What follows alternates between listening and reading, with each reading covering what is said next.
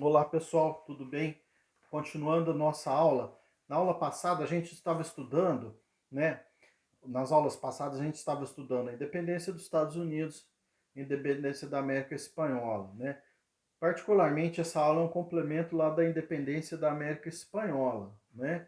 Aqueles movimentos, né, liberais que ocorreram na Europa que acabaram influenciando aqui as Américas, né? Tanto os Estados Unidos quanto também a América Espanhola, né? Principalmente a América Espanhola, né?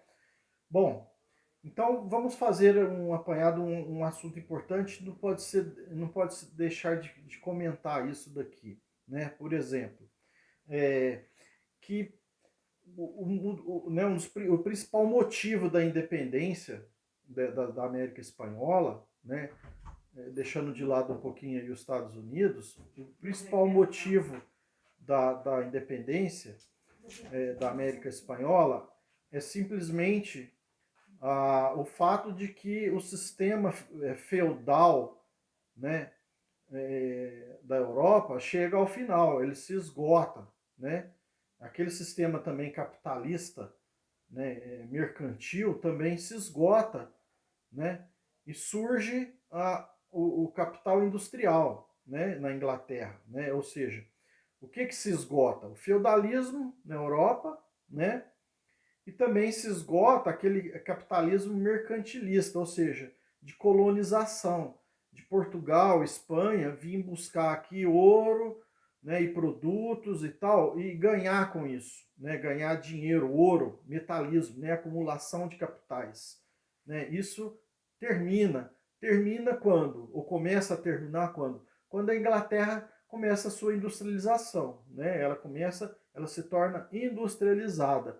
Esse tipo de sistema, um novo sistema que surge, né, que é o capitalismo industrial, né, na Inglaterra,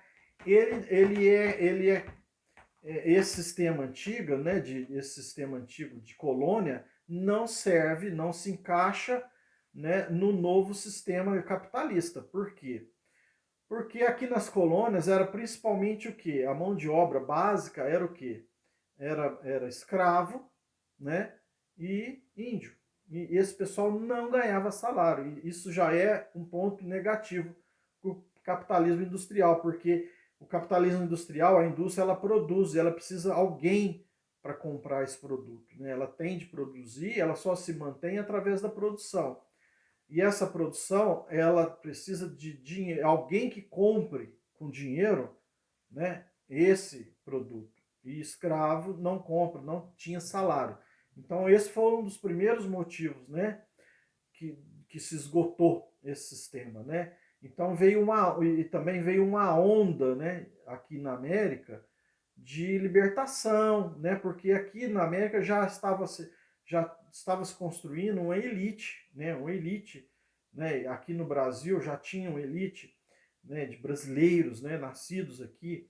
Aqui na América Espanhola, né, a Argentina, Colômbia, Peru, já havia uma elite, né, os chapetones e os crioulos, como eu já falei na aula passada. E esse pessoal, eles estudavam na Europa, liam livros que vinham de lá, eles foram influenciados pelos iluministas, né?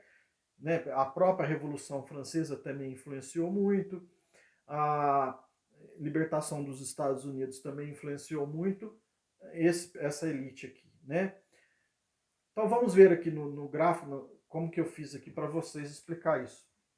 Então, mudanças no mundo.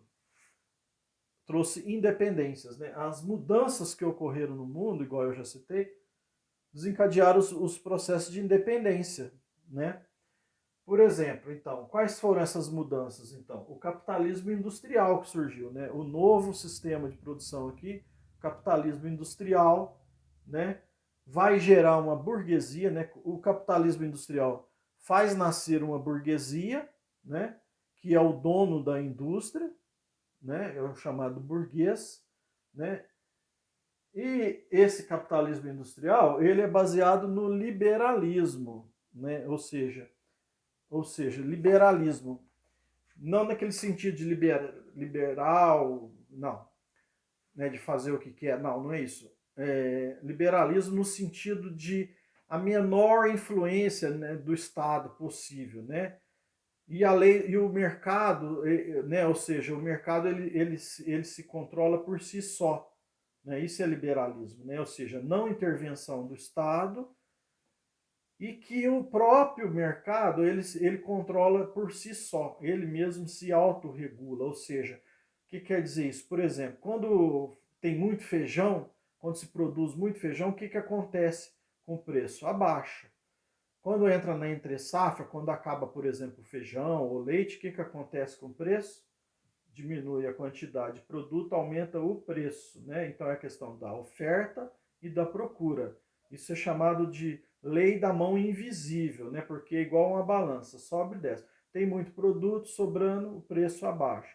Se falta, o preço sobe. Então, o liberalismo é isso, né? A não intervenção do Estado nas coisas do governo, do país, né? Principalmente essas questões econômicas, e também o mercado se autorregula, que é a lei da mão invisível, né? Da lei da oferta e da procura. Então, esse sistema não cabe dentro daquele sistema de colônia, né? Que eram colônias basicamente de exploração. E esse sistema não serve para esse novo sistema. Então, por isso, houve essas pessoas, né, as elites aqui das Américas, se lançaram num movimento de independência, né? Tá bom, pessoal? Vamos terminar aqui, ó. Então vamos lá. O liberalismo, então, leva aos estados liberais, exatamente. Estados liberais, estados de economia liberal, né? Mercado independente. E que leva à independência das Américas, né, pessoal? Então, vocês vejam aí que é fundamental a gente ver como que um sistema se extingue e o outro vai surgindo com força, né? Exatamente. Tá bom, pessoal? Tudo de bom. Até a próxima aula.